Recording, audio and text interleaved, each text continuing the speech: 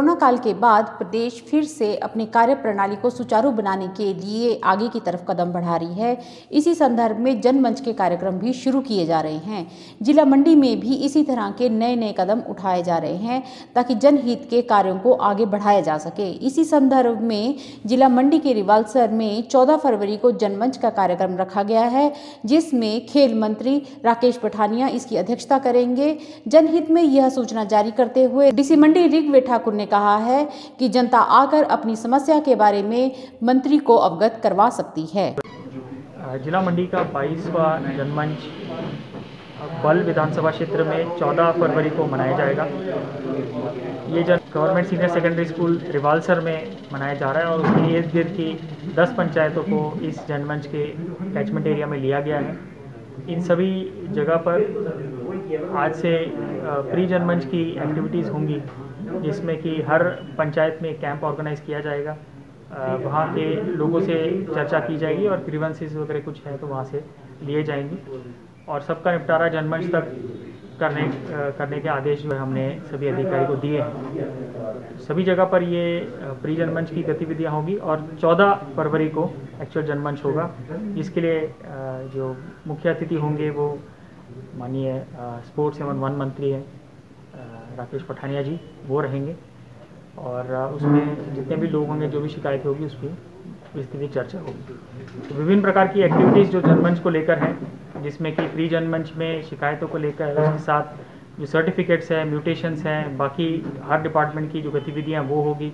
Inspections के लिए आदेश दिए हैं कि हर अधिकारी वहाँ पर कम से कम 2 इंस्पेक्शंस उस एरिया में करेंगे इस प्री जनमंच के पीरियड में और फिर जनमंच का विस्तृत आयोजन 14 तारीख को किया जाएगा। तो उसके लिए आज जिला मंडी के मुख्यालय में यहाँ पर सभी अधिकारियों के साथ बैठक की गई और सबको जो आवश्यक दिशा निर्देश है वो दे दिए हैं कि आने वाले दिनों में प्री जनमंच की और फिर जनमंच की गतिविधियाँ शुरू हो। मंडी में आज जिला परिषद की पहली बैठक हुई। इस बैठक में परिषद अध्यक्ष पाल वर्मा के साथ नवनिर्वाचित सभी सदस्यों ने भाग लिया तथा आने वाले कामों के बारे में भी रूपरेखा तैयार की। पाल वर्मा का कहना है कि मुझे सभी नवनिर्वाचित सदस्यों का सहयोग चाहिए तथा इसी तरह से हम मिलकर आगे काम करेंगे और आने वाले समय में हम मंडी को एक अच्छा जिला परिषद सदस्य के रूप में प्रस्तुत करेंगे।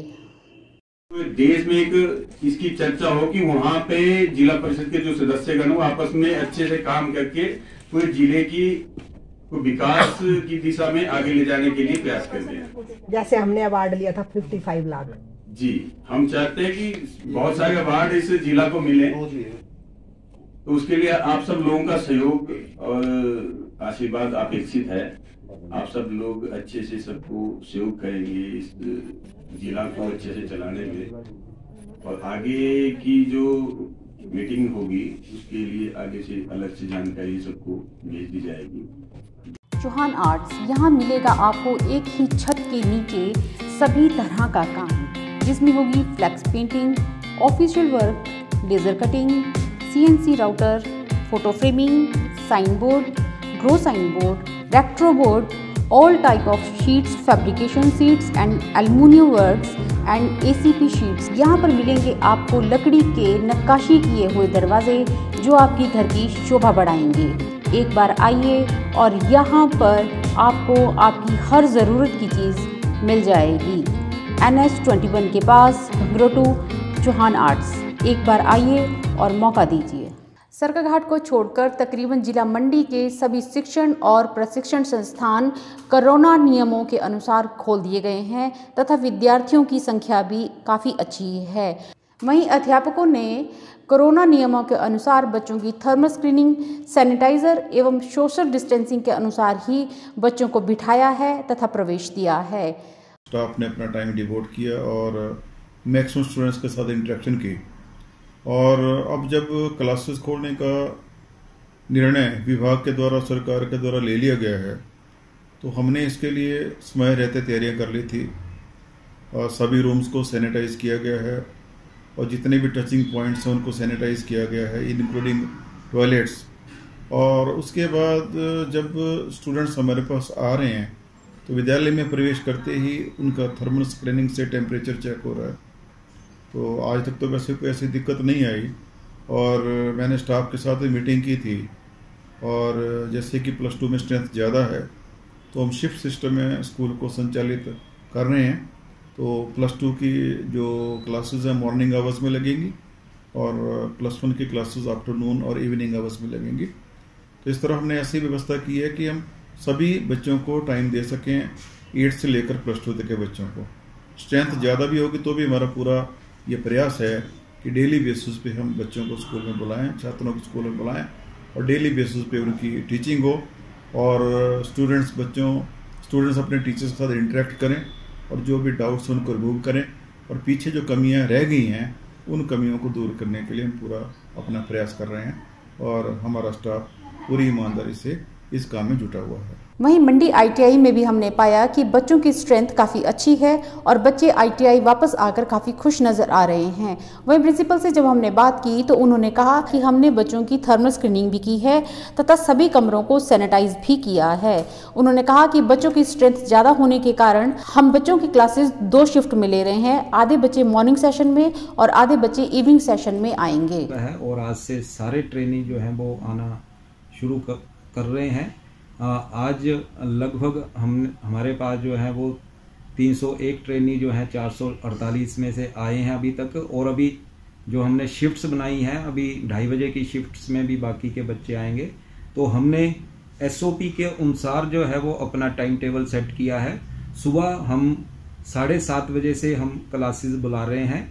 वो फिर हमने गैप दे के जैसे 8 बजे, 8:15 बजे, 8:30 बजे, 9 बजे, 9:30 बजे और 10 बजे तक ऐसे हम गैप देकर हम क्लासें बुला रहे हैं। और ऐसे ही फिर हम उनको 15-15, 20-20 मिनट का गैप देकर हम उन बच्चों को हम छुट्टी करेंगे। इसी तरह फिर एक इवनिंग शिफ्ट जो हमने है वो शुरू की है, वो 2:30 बजे से लेकर रात को 7:30 बजे तक क्लासेस लगेंगी इवनिंग शिफ्ट्स के लिए। तो हम पूरी कोशिश कर रहे हैं कि हम सोशल डिस्टेंसेस मेंटेन करें। और आज जो है बहुत खुशी की बात है कि ITI में फिर से जो है वो रौनक आ गई है और बच्चे जो हैं रेगुलर क्लासेस लगा रहे हैं और बच्चे भी अब जो हैं वो खुश हैं कि उनकी जो है प्रैक्टिकल की क्लासेस जो है अब यहाँ ITI में शुरू हो गई है। और हमने ड्यूटीज़ हमने सभी को असाइन की हैं और वो अपनी डेली डायरी भी मेंटेन कर रहे हैं कि किस वक्त कौन सी वर्कशॉप जो है वो सैनिटाइज की गई है।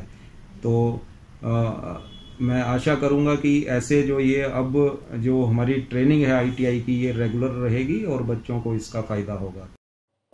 मंडी कांग्रेस कमेटी के अध्यक्ष प्रकाश चौधरी ने आज गांधी भवन में प्रेस वार्ता की। प्रेस वार्ता का मुख्य उद्देश्य यही था कि भाजपा कांग्रेस समर्थित सदस्यों को डरा रही है, धमका रही है तथा उनके परिजनों की ट्रांसफर तक की धमकी दे रही है। वहीं प्रकाश चौधरी का कहना है कि जिस तरह से सरकार ने रोस्टर लागू किए थे वो भी किसी तरह से न्याय संगत नहीं है, उनमें भी पारदर्शिता नहीं है।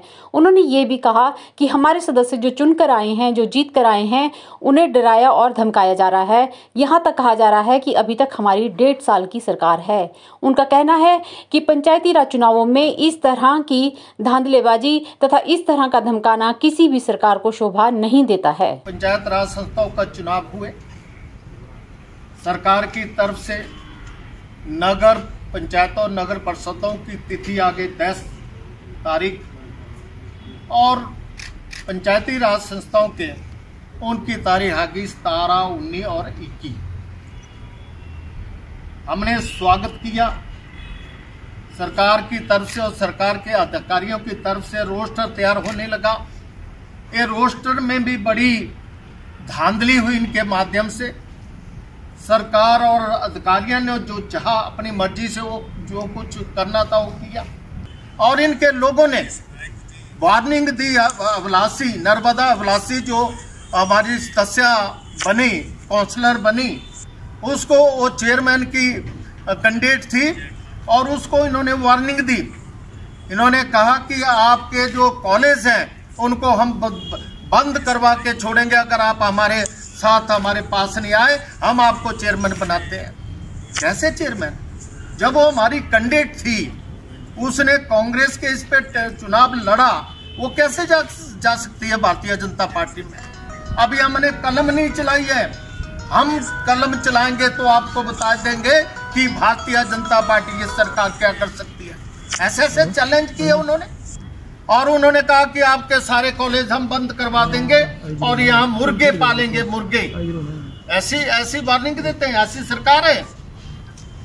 हम रिगार्ड करते हैं, हम रिस्पेक्ट करते हैं आदरणीय जयराम ठाकुर का, जो हमारे मंडी जिला से हमारे सम्मानीय मुख्यमंत्री है, पर वो अपने वर्करों को समझाए। ऐसे वर्कर हैं, ऐसे कार्यकर्ता हैं।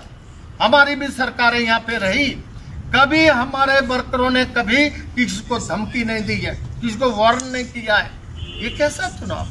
उपमंडल सदर के तहत कोटली तहसील के भरवान पटवा थाने में अंशकाल कर्मचारियों के लिए पद आमंत्रित किए गए हैं। एसडीएम सदर निवेदिता नेगी ने बताया है कि इच्छुक व्यक्ति सदर एसडीएम ऑफिस में 10 फरवरी 2021 दोपहर 2 बजे तक अपने आवेदन पत्र दे सकता है तथा पद के लिए अपनी भागीदारी को सुनिश्चित करवा सकता है। थाची के जनजातीय क्षेत्र में 20 स्वास्थ्य कर्मियों को कोरोना की वैक्सीनेशन का टीका लगाया गया तथा उन्हें पूर्ण निगरानी में भी रखा गया। प्रदेश के युवाओं के लिए सुनहरा मौका है क्योंकि सेना की खुली भर्ती फिर से शुरू हो रही है। वहीं 18 से 25 मार्च को जिला ऊना में सेना की खुली भर्ती है। इसके लिए भी सेना ने आवेदन आमंत्रित किए हैं।